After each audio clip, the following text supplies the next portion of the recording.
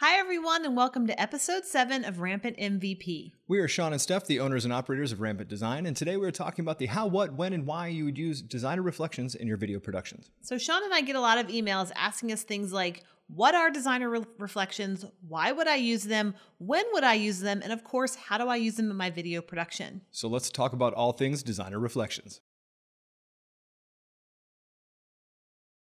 All right, first, let's start with the what. What are designer reflections? Designer reflections are light reflections or elements that would occur in your lens if light hit the lens at a certain way or an angle. So basically, like if you're shooting through a glass and the reflection of the glass hit the lens, you get these really cool streaky looks.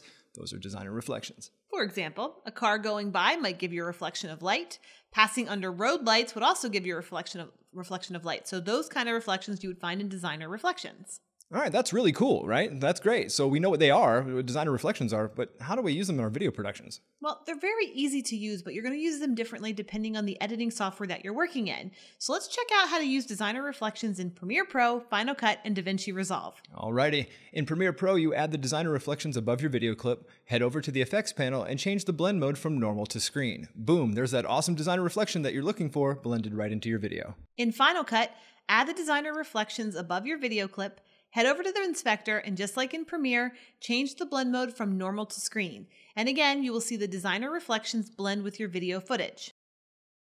And in DaVinci Resolve, add the designer reflections above your video clip, head over to the inspector, and change the composite mode from normal to screen. And there you go, all that designer reflections goodness blended right into your video. Now, feel free to test all the other blend modes available in your editing software. We recommend starting with screen, and then from there, test out the different things to change the way it looks on your video. And as always, if you want to see any of these as detailed tutorials, check out the links in the descriptions below. Right down there.